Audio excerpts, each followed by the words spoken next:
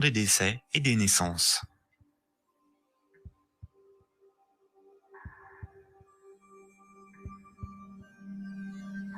Trois citoyens et un banquier échouent sur une île déserte au beau milieu de l'océan. Ils s'organisent et décident de créer leur propre monnaie, qu'ils appellent euro. Le banquier fonde l'unique banque commerciale privée de l'île. Comme cette banque est nouvelle, les trois citoyens n'ont rien sur leur compte. Ils ne peuvent pas s'échanger et se vendre ce qu'ils produisent. Ils ont bien des marchandises à se vendre, mais aucune monnaie pour les payer. Pour disposer de moyens de paiement, chaque citoyen va faire un crédit de 10 €, remboursable en 11 mois.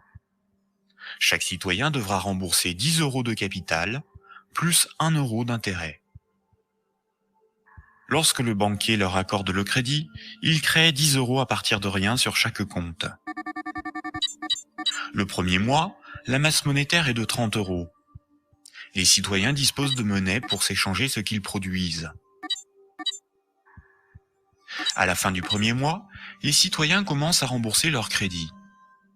Le banquier prélève 1 € d'intérêt qu'il utilise pour acheter des marchandises aux citoyens. La masse monétaire reste de 30 €.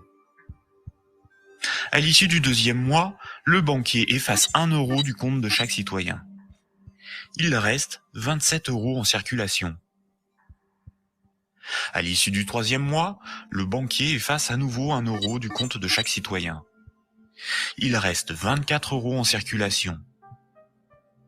De mois en mois, la situation devient un peu plus compliquée, car la masse monétaire ne cesse de baisser. Les citoyens se retrouvent en concurrence pour capter l'argent. À l'issue du 11e mois, après une farouche concurrence entre les trois citoyens pour capter la monnaie restante, leurs comptes sont vides, car tout le monde a remboursé exactement ce qu'il avait emprunté à la banque. Plus rien ne peut être ni acheté ni vendu. C'est la crise économique. Le banquier réunit les citoyens et leur dit : « Pour résoudre cette situation, c'est très simple. Vous n'avez qu'à m'emprunter à nouveau de l'argent. » Les citoyens acceptent.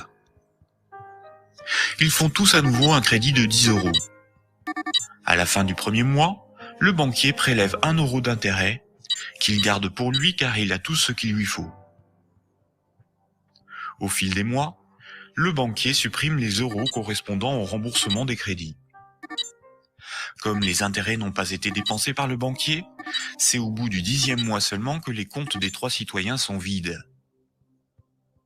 Il n'y a plus de monnaie en circulation, et pourtant il manque 3 € pour rembourser la totalité de leur crédit. Le banquier réunit les citoyens et leur dit : « Il y a une manière très simple de repousser le moment où vous serez à zéro sur vos comptes. Vous n'avez qu'à m'emprunter régulièrement de l'argent, bien avant que la masse monétaire ne baisse trop et que l'économie ne s'arrête. Et pour compenser les intérêts que je ne dépense pas, il vous suffit de m'emprunter à chaque fois quelques euros de plus. » Les citoyens acceptent. Désormais, ils sont en permanence endettés, sinon la monnaie disparaît et l'économie s'arrête. Ils appellent cela la croissance. Mais comme ils sont endettés, ils se mettent à produire toujours plus pour rembourser le banquier, bien au-delà de leurs besoins réels. Ils ne produisent pas pour avoir de quoi se vêtir, se nourrir ou se loger. Ils produisent pour avoir l'argent nécessaire pour rembourser leur crédit.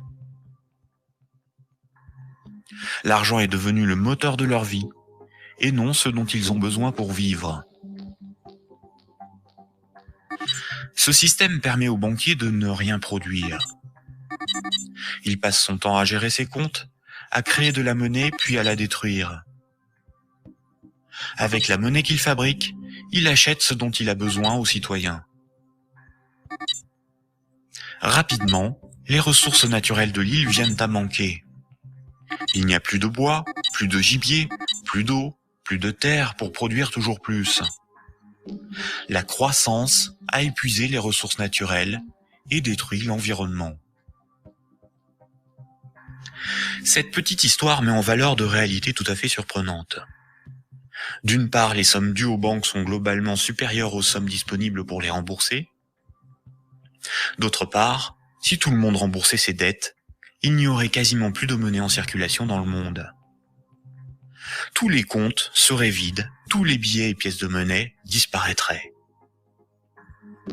Le système monétaire fonctionne comme un système pyramidal. Pour payer les crédits en cours de remboursement, il faut que de nouveaux crédits soient accordés. Sinon,